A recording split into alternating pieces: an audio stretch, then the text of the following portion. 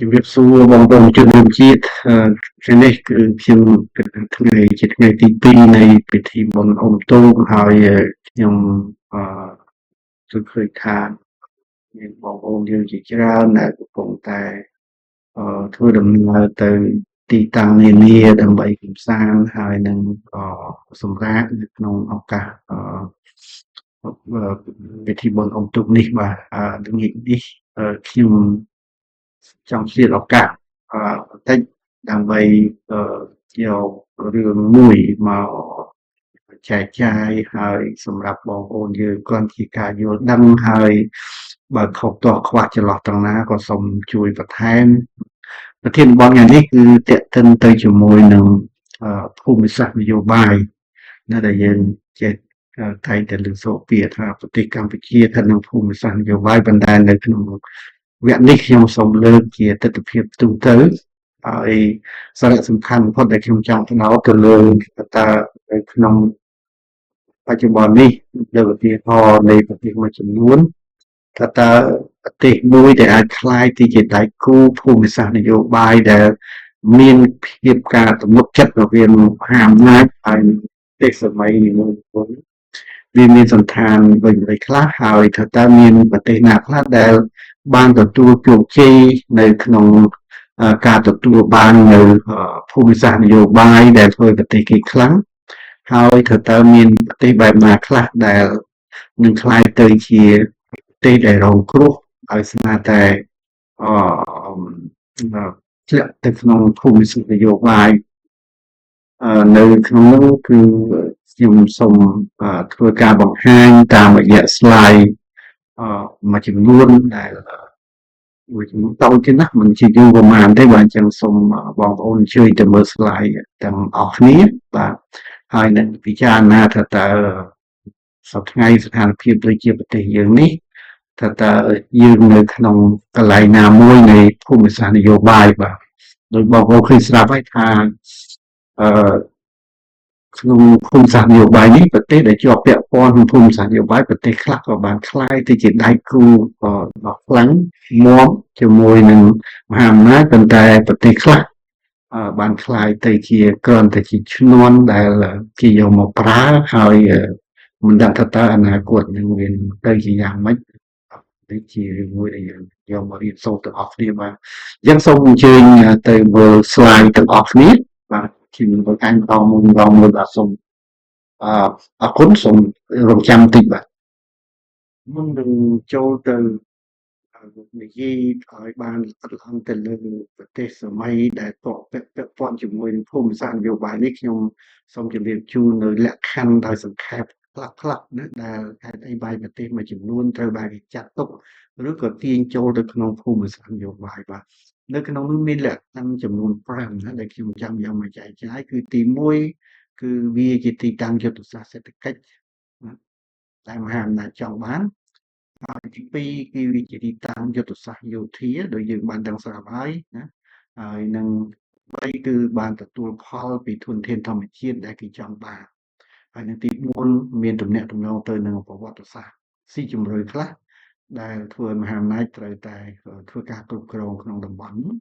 ហើយទី5ចុងក្រោយគឺអាចប្រើជាទីតាំងឈរជើងការពារផលប្រយោជន៍រួមនៅក្នុងតំបន់ឬសម្រាប់សន្តិសុខពិភពលោកឬពិភពលោកសន្តិសុខក្នុងតំបន់ផងដែរបាទបន្ទាប់នេះយើងទៅមើលអំពីឧទាហរណ៍មួយនៃប្រទេសអ៊ីស្រាអែលថាតើហេតុអីបានគេនិយាយថាប្រទេសអ៊ីស្រាអែលគឺជាប្រទេសមួយដែលស្ថិតនៅក្នុងភូមិសាស្ត្រនយោបាយនៅក្នុងតំបន់មជ្ឈិមបូព៌ាបងប្អូនមើលផែនទីនេះគឺប្រទេសអ៊ីស្រាអែលនៅត្រង់កន្លែងឈើនោះគឺឈើច្រកសមុទ្រក្រហមហ្នឹងហើយវាជាកន្លែងដែលភ្ជាប់ណាជាផ្លូវគោកដែលតភ្ជាប់រវាងទ្វីបអឺរ៉ុបអាហ្វ្រិកនិងមជ្ឈិមបូព៌ាបាទហើយទៀតគឺជាច្រកជញ្ជូនប្រេងពីមជ្ឈិមបូព៌ាទៅកាន់ពិភពលោកទាំងមូលហើយទី3គឺមានសមត្ថភាពខ្លាំងផ្នែកយោធាបណ្ដាញចារកម្មនិងបច្ចេកវិទ្យាកងទ័ពក៏ទំនើបផងដែរបាទហើយជាប្រទេសដែលមានស្ថិរភាពប្រជាធិបតេយ្យនេះជារឿងសំខាន់នៅក្នុងប្រទេសដែលត្រូវបានទទួលថាវាជាដៃគូដ៏មាំទាំជាមួយនឹងមហាអំណាចពិសេសគឺសហរដ្ឋអាមេរិកបាទ នៅក្នុងនេះយើងនិយាយអំពីរឿងប្រទេសអ៊ីស្រាអែលប៉ុន្តែបើយើងមើលមកនៅក្នុងតំបន់ជិតយើងវិញគឺសមុទ្រចិនខាងត្បូងណាដែលយើងតែងតែគិតថាព្រួយបារម្ភពេលមានរឿងអីកើតឡើងប៉ុន្តែមុននឹងយើងយល់អំពីភូមិសាស្ត្រនយោបាយក្នុងសមុទ្រចិនខ្ញុំសូមនាំបងប្អូនទៅមើលនៅក្នុងទីសិននេះគឺជាផែនទីនៅក្នុងតំបន់អាស៊ីដែលបង្ហាញអំពីសមុទ្រចិនខាងត្បូងដែលយើងមើលឃើញនេះជាតំបន់សមុទ្រចិនខាងត្បូងហើយនៅក្នុងច្រកនេះវាជាខ្សែនៃពាណិជ្ជកម្មផ្លូវទឹករបស់ពិភពលោកទាំងមូលដែលនាំភ្ជាប់ពីអាស៊ីទៅកាន់ទ្វីបអាមេរិកទៅទ្វីបអឺរ៉ុបហើយទៅមជ្ឈិមបូព៌ាគឺតាមផ្លូវនឹងទាំងអស់បាទហើយថាតើហេតុអីបានជាតំបន់នឹងវាមានសារៈសំខាន់ដែលយើងតែងតែឃើញមានការប្រឈមដាក់គ្នារវាង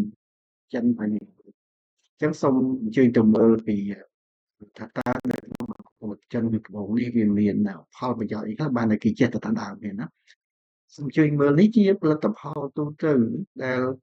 នាំឆ្លងកាត់ទៅតាមច្រកសមុទ្រចិនខាងត្បូងហ្នឹងដែលប្រព្រឹត្តទៅជាប្រចាំហ្នឹងហើយបើប្រៀបធៀបនិយាយអំពីពាណិជ្ជកម្មសរុបពិភពលោកទាំងមូលគឺការនាំចេញចូលពាណិជ្ជកម្មតាមច្រកសមុទ្រចិនត្បូងមានទៅដល់ទៅ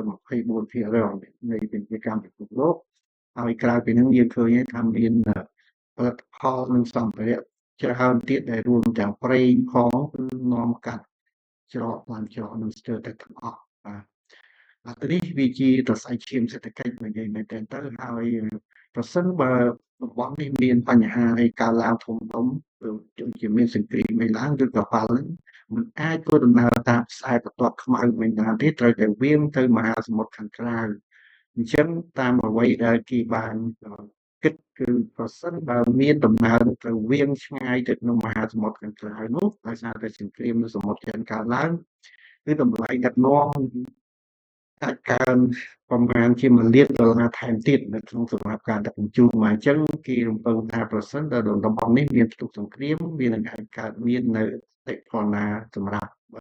ពិភពលោកទាំងមូលឬមានវិបត្តិសេដ្ឋកិច្ចក្នុងពិភពលោកទាំងមូលនេះជាសារៈសំខាន់នៃជ្រុងមួយនេះដែលជាបញ្ហាដែលជាមូលហេតុដែលធ្វើឲ្យមានការប្រទល់ប្រទាញនេះបាទនេះយើងទៅមើលថាតើក្នុងនេះតើឧទាហរណ៍ជាប្រទេសណាយើងគិតថាតើប្រទេសណាខ្លះដែលជាភូមិជាដៃគូនៃភូមិសាស្ត្រនយោបាយក្នុងតំបន់គឺផែនទីនេះម្ដងទៀតហើយនេះជាខ្សែនៃច្រកដឹកជញ្ជូនហើយសប្តាហ៍ថ្ងៃយើងដឹងហើយថាមានបញ្ហាចម្រូងចម្រាសនៅក្នុងតំបន់មួយចំនួនដូចជានៅ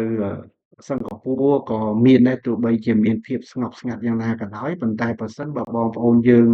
មើលនៅក្នុងចន្លោះនេះនៅកន្លែងនេះគឺនេះជាប្រទេសសិង្ហបុរីហើយចិនដែលកំពុងធ្វើការជាមួយថៃគឺចិនហ្នឹងចង់ធ្វើការជាមួយថៃដើម្បីជីកព្រែកមួយកាត់កន្លែងនេះបាទអញ្ចឹងបើសិនជាចិនអាចធ្វើការជាមួយថៃជីកព្រែកនេះបានគឺស្មើនឹងដាច់បំពង់ករបស់សិង្ហបុរីដែលជាដៃគូសំខាន់មួយរបស់អាមេរិកនៅក្នុងតំបន់អាស៊ានយើងដឹងហើយសូម្បីតែក្នុងការប្រកាសពន្ធរបស់ Donald Trump គឺសិង្ហបុរីបានទទួលនៅលទ្ធភាពទទួលបានចំនួនទុននឹងតិចបំផុតណាតិចបំផុតបាទអញ្ចឹងអាទៅនឹងជារឿងដែលយើងត្រូវយល់ថាតើហេតុអីបានជាចិនហើយនឹងថៃកំពុងតែមានការប្រកៀកគ្នាកាន់តែខ្លាំងឡើងគឺដើម្បីរកមធ្យោបាយដើម្បីទម្លាយព្រែកព្រែកមួយដែលមានជាង100គីឡូនៅកាត់ច្រកនេះណាដែលវានឹងអាចទទួលរងផលទៅដល់សិង្ហបុរីបើរងអីក៏បើវាត្រូវនៅដំណើរតាមនេះបាទហើយរឿងទី2ទៀតយើងឃើញហើយថានៅក្នុងកន្លែងនេះគឺក៏មានបញ្ហាមួយទៀតគឺនៅតំបន់នេះគឺនៅហ្វីលីពីនណាដែលប្រឈមមួយចិនស្ទើររាល់ថ្ងៃហើយបងប្អូនដឹងហើយថាចិនក៏ព្យាយាមវាយយកតៃវ៉ាន់ដែរក៏ទៀតក៏រឿងខ្លះដែលកើតដូចជានៅជប៉ុនក៏ប្រឈមមួយចិននឹងញឹកញាប់ដែរហើយរឿងដែលសំខាន់គឺកូរ៉េជើងកូរ៉េត្បូងនៅចំច្រកនឹងតែម្ដងបាទនេះជាបញ្ហាដែលកំពុងតែមានកម្ដៅនៅកន្លែងប៉ុន្តែបើយើងមើលអំពីប្រទេសភូមិសាស្ត្រនយោបាយខ្ញុំមិននិយាយនៅក្នុងស្ថានភាពប្រទេសអ៊ីស្រាអែលម្ដងទៀតទេប៉ុន្តែក្នុងនេះយើងឃើញមានដៃគូសំខាន់របស់សហរដ្ឋអាមេរិកដែលជាដៃគូភូមិសាស្ត្រនយោបាយយើងមានសិង្ហបុរីមានហ្វីលីពីនមានតៃវ៉ាន់ហើយនិងកូរ៉េខាងត្បូងហើយនិងជប៉ុនបាទហើយក៏ មានការជាប់ប្រស្រ័យទាក់ទងគាំទ្រពីអូស្ត្រាលីផងដែរនៅខាងនេះណាញូហ្សេឡង់អីហ្នឹងក៏នៅក្នុងក្រុមសម្ព័ន្ធមិត្តនឹងដែរបាទយើងទៅមើលទៅទៀតថាតើប្រទេសដែលគេយកធ្វើជាដៃគូភូមិសាស្ត្រនយោបាយហ្នឹងតើមានលក្ខណៈសម្បត្តិអ្វីខ្លះដែលត្រូវបានជាប់មានឱកាសក្នុងការទាញយកផលប្រយោជន៍ពីភូមិសាស្ត្រនយោបាយពិសេសសហរដ្ឋអាមេរិកបាទអញ្ចឹងសូមបងប្អូនមើល slide នេះគឺទី1គឺវាជាតំបន់ឬច្រកយុទ្ធសាស្ត្រពាណិជ្ជកម្មបាទអាហ្នឹងគឺគេដឹងថាគេមានប្រយោជន៍គេមានសក្តានុពលហ្នឹងអញ្ចឹងគេនឹងធ្វើយ៉ាងណាដើម្បីឲ្យខ្លួនគេហ្នឹងអាចភ្ជាប់ជាមួយនឹងមហាអំណាចបានពិសេសដូចជាសហរដ្ឋអាមេរិកបាទទី2គឺសម្បូរធនធានធម្មជាតិទី3គឺសក្តានុពលសេដ្ឋកិច្ចខ្លាំងតែត្រូវតែប្រឹងតែខ្លួនឯងទី4គឺមានការគ្រប់គ្រងនយោបាយប្រកបដោយស្ថិរភាពខ្ពស់ហើយទី5មានសមត្ថភាពខ្លាំងខាងផលិតផលខាងប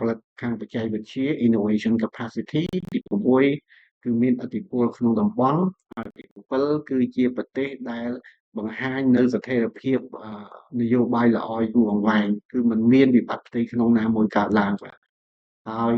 ទី8ចុងក្រោយគឺអាចប្រើធ្វើជាដៃគូសហការផ្នែកសន្តិសុខនិងយោធានៅពេលណាដែលមានការចាំបាច់បាទ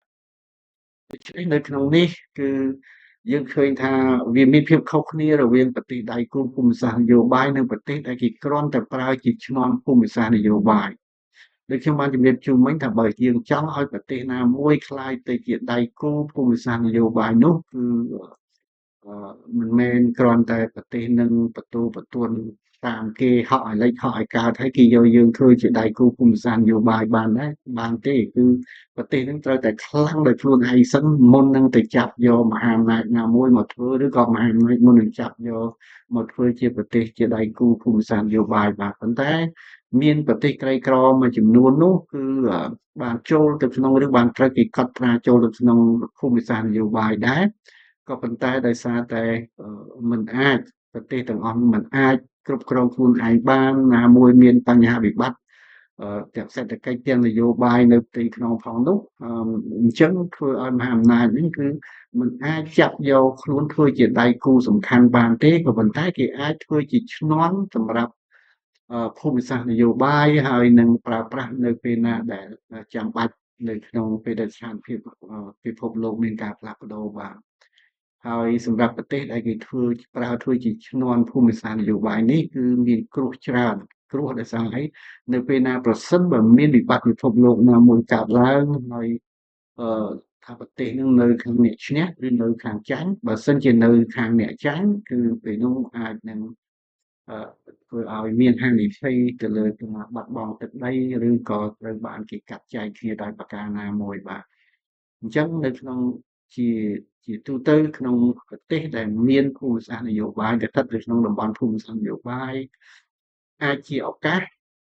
ប្រសិនបើប្រទេសនឹងអាចនឹងពង្រឹងខ្លួនឯងខ្លាំងដើម្បីចាប់យកជាមួយចាប់ជាដៃគូជាមួយមហាអំណាចប៉ុន្តែអាចនឹងក្លាយទៅជាអ្នករងគ្រោះប្រសិនបើប្រទេសនឹងមិនបានពង្រឹងខ្លួនឯងទេហើយចាំពឹងតែទៅឲ្យគេជួយពឹងឲ្យគេធ្វើការសង្គ្រោះនៅពេលណាចាំបាច់អញ្ចឹងទៅបាទទៅនឹងវាជារឿងពីរដែលខុសគ្នាបាទអញ្ចឹងគឺមានសំណួរពីរដែលខ្ញុំចង់ដាក់នៅក្នុងប្រធានបទនេះគឺទី1ថាតើកម្ពុជាជាប្រទេសអាចជាដៃគូភូមិសាស្ត្រនយោបាយឬក៏គ្រាន់តែជាឈ្នន់សម្រាប់គេប្រើក្នុងភូមិសាស្ត្រនយោបាយនេះជាសំណួរដែលយើងត្រូវគិតទាំងអស់គ្នាទី2ប្រសិនបើកម្ពុជាចង់ឬត្រូវប្រើឱកាសដើម្បីក្លាយជាដៃគូភូមិសាស្ត្រនយោបាយរឹងមាំជាមួយប្រទេសមហាអំណាចនោះណាមួយនោះតើកម្ពុជាខ្លួនឯងនេះត្រូវធ្វើអ្វីខ្លះបាទនេះគឺជារឿងសំខាន់ដែលខ្ញុំចង់លើកយកមកជាសំណួរទុកសម្រាប់បងប្អូនយើងគិតទាំងអស់គ្នាទាំងពលរដ្ឋហើយខ្ញុំគិតថាក៏សម្រាប់អ្នកនយោបាយខ្មែរសម្រាប់គិតផងដែរបាទហើយនៅក្នុងវគ្គក្រោយទៀតខ្ញុំនឹងធ្វើការស្រាវជ្រាវទាក់ទងនឹងការវិវត្តនៃ